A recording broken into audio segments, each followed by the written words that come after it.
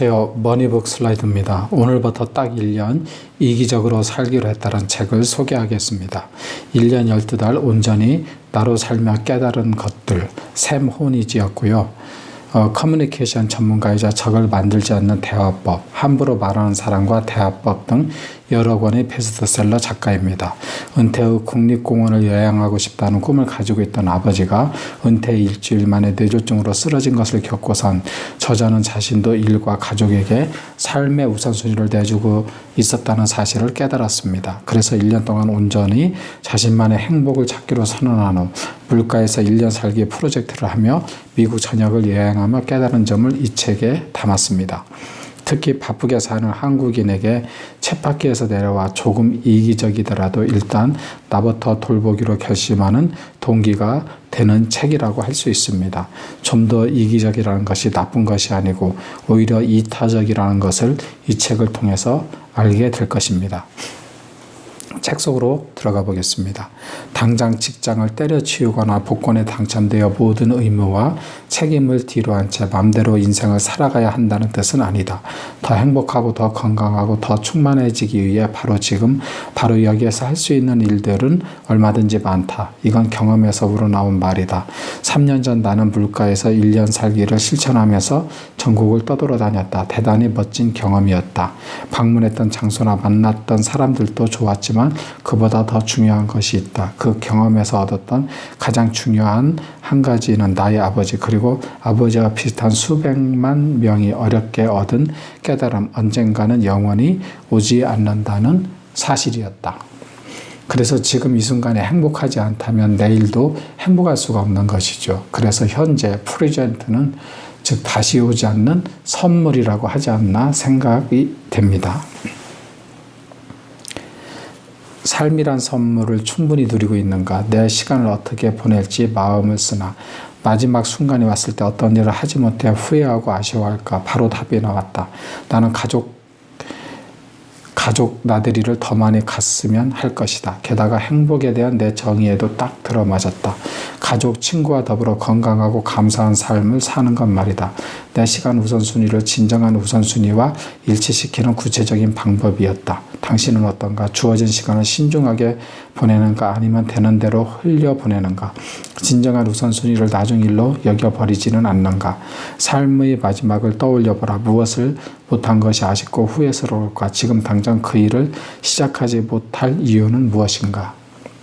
그래서 제가 오래전에 읽었지만 릭 웨런의 목적 있는 삶이란 책을 보면 우리가 죽을 때 내가 명문대학 가까이 합격을 못한 것, 그 당시 목표를 달성하지 못한 것 등등을 후회하지 않는다고 합니다. 우리가 후회하는 것은 가까운 가족들, 지인들과 친밀한 관계를 많이 가지지 못하는 것을 후회한다고 하는 것이죠.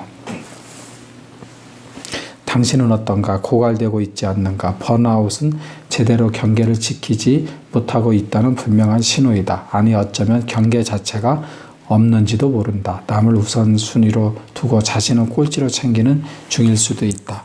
다음에 또다시 당신의 행복을 포기하고 아니 먼저 하세요. 제가 양보할게요. 라고 말하게 될 때는 잠시 멈춰라. 당신 자신이 중요하다는 점을 기억하라.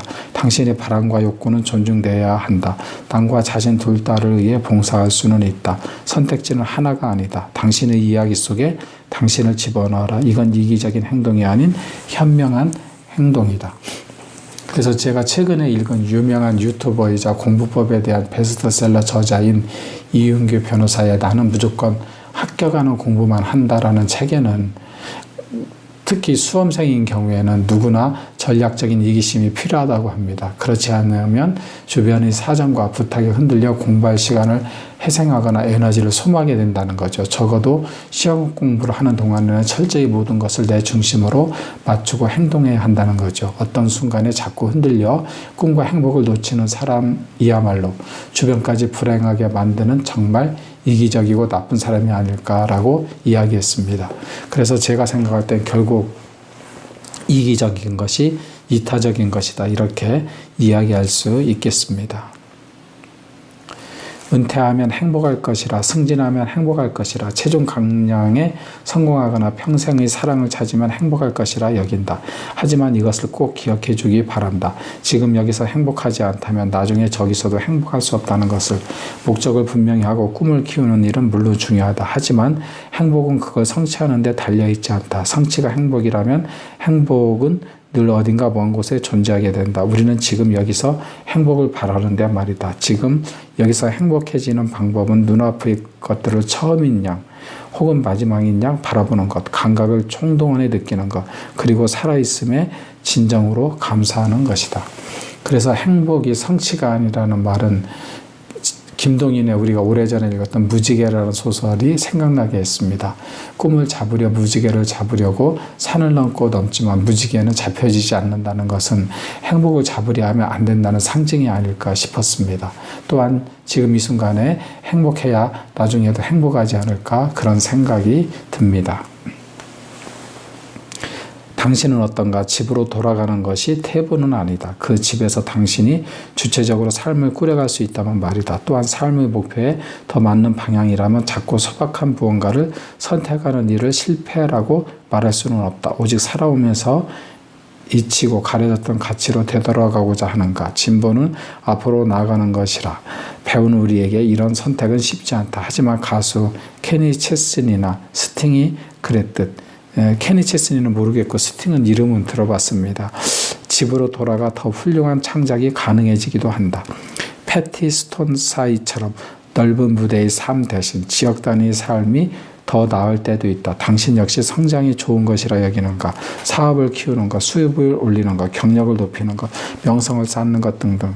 때로는 그렇다. 하지만 때로는 더 큰 것이 더 좋은 것을 의미하지 않는다.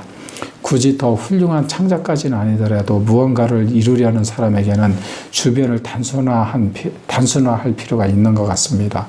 바쁘게 왔다 갔다 하는 사람은 창의성이 나오기가 어려운 거죠. 그래서 오히려 바운더리, 그 경계를 더 좁게 하고 한 분야에 집중하는 게 더 좋지 않을까, 이런 생각이 잠깐 들었습니다. 내용이 유익하다면 좋아요와 구독을 눌러주세요. 감사합니다.